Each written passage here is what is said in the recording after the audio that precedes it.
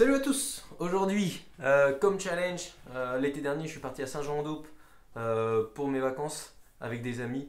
Et j'ai monté des cols magnifiques autour, des cols où le Tour de France est passé. C'était super, je me suis dit pourquoi pas faire une vidéo sur toutes les leçons que j'ai apprises pendant ces vacances. Et aussi quand j'étais dans l'est de la France, j'ai habité 3 ans là-bas, j'étais au CC Etup au contact de personnes qui connaissent la montagne par cœur, qui montent des cols régulièrement.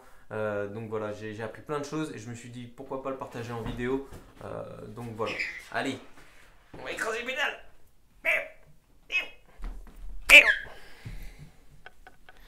Et désolé pour le bruit de fond, je garde l'enfant aujourd'hui.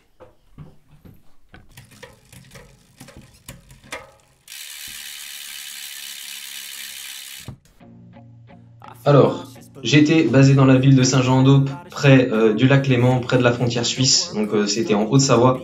C'est un super endroit, faut vraiment aller visiter si vous n'êtes pas loin, c'est magnifique.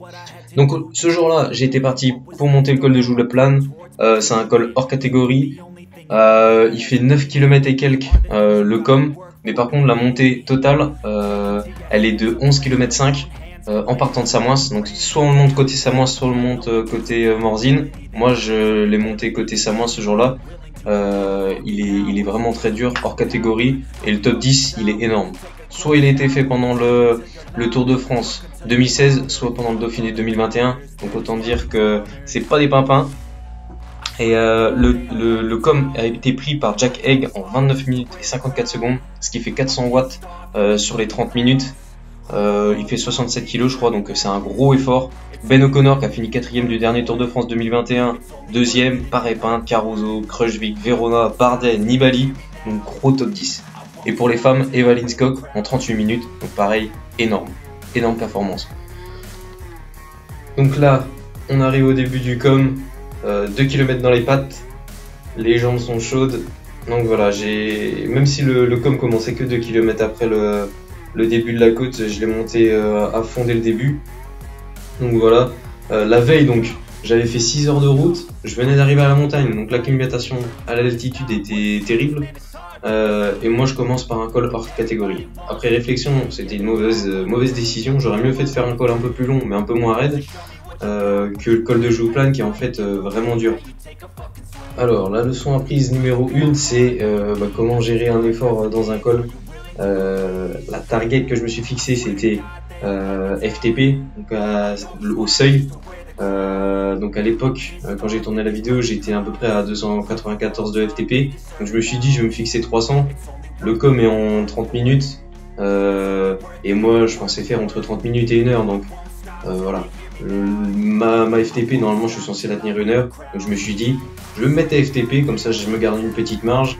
Et puis après je fais le bilan toutes les 5 minutes, un peu de la manière dont on fait un test FTP. Toutes les 5 minutes je me dis bon, est-ce que je vais trop vite? Si je vais trop vite, je descends un peu les watts. Si je vais pas assez vite, je monte un peu les watts. Donc voilà, ça s'est avéré un peu difficile parce que je suis parti au seuil, donc j'étais bien, j'étais à la limite. Et puis après quand je suis arrivé dans les pourcentages difficiles, je voulais pas perdre de vitesse. Et du coup là je me suis mis un peu dans le rouge. Donc là je vous ai remis les zones de puissance. Donc zone 1 qui est la zone là, en bas du tableau, c'est la zone d'endurance qu'on peut tenir pendant des heures. Et I7 c'est la zone un sprint en gros. Et en gros j'étais à FTP, donc la flèche du bas. Et quand j'arrivais dans les zones à pourcentage haut, des gros pourcentages, et pour pas perdre de vitesse, je me mettais à PMA, donc l'intensité que je peux tenir pendant 4 ou 5 minutes. Donc là, je me mettais dans le rouge et après c'est difficile de récupérer, comme tu as toujours de la pente. Une fois que tu es dans le rouge, une fois que tu es cramé dans la montagne, dans un col, tu traînes ta misère jusqu'en haut. Donc je me suis dit, pour les prochains cols, comment je vais faire dans les zones les moins pentues, parce que c'est toujours pentu. Par exemple, le col de Joux-le-Plane, il est énorme.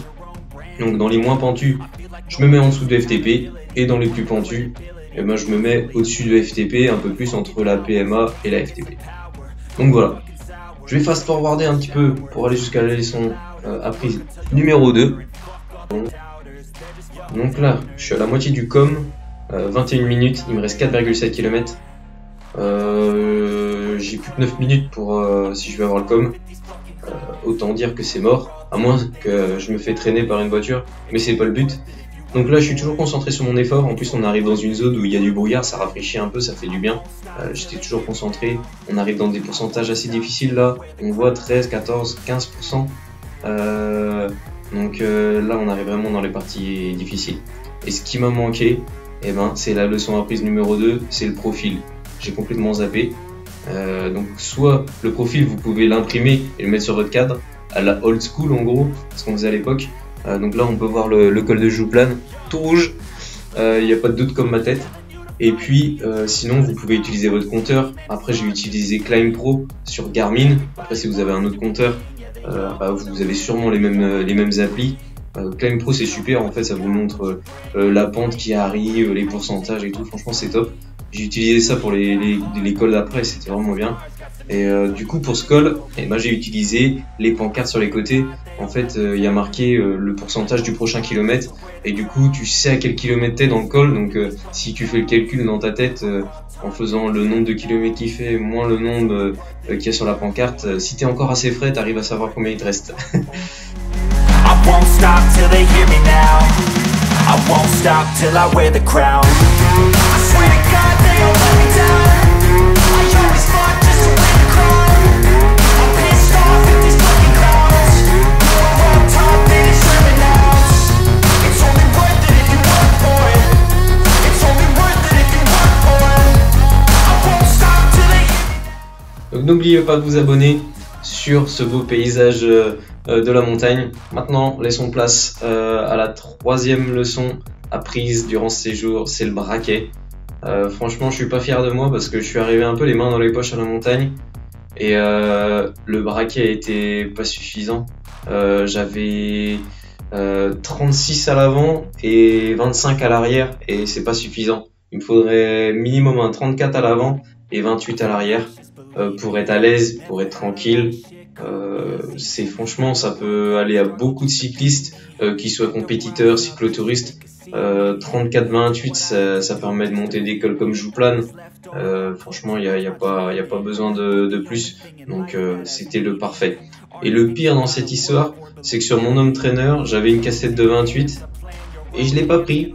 Non, j'ai préféré un peu rendre le truc un peu plus difficile et mettre une cassette de 25 derrière, et franchement ça m'a manqué. Franchement j'aurais eu la 28, ça aurait passé, mais dans les pourcentages les plus difficiles, 13, 14, 15%, j'étais obligé de me mettre en danseuse, sinon ta cadence de pédalage est super basse et ça permet de garder un peu d'énergie, on va dire, le braquet. Parce que si tu as une cadence trop basse, on se plume complètement dans la montée. Donc voilà, si je peux vous donner un conseil, c'est vraiment de faire attention au braquet que vous allez utiliser. Et 34-28 pour moi c'est bien, vous pouvez même aller derrière jusqu'à 34 il me semble pour Shimano. Donc il y a de quoi faire. Donc voilà, fin de la montée, super content, premier col des vacances, bien monté. Voilà, petite photo près de la pancarte comme il se doit. C'était raide, putain. Je pensais être grimpeur, en fait pas du tout. Même avec le brouillard c'est beau. Bon, maintenant on va se rentrer et puis on va aller voir combien j'ai fait à la matin. Je vais pas regarder tout de suite, je vais prendre une photo devant la pancarte col de Jouplan et puis voilà, allez, à plus. Had to rise up just so they could see me. Did what I had to do just to feed me, and what was left over I put towards my dreaming.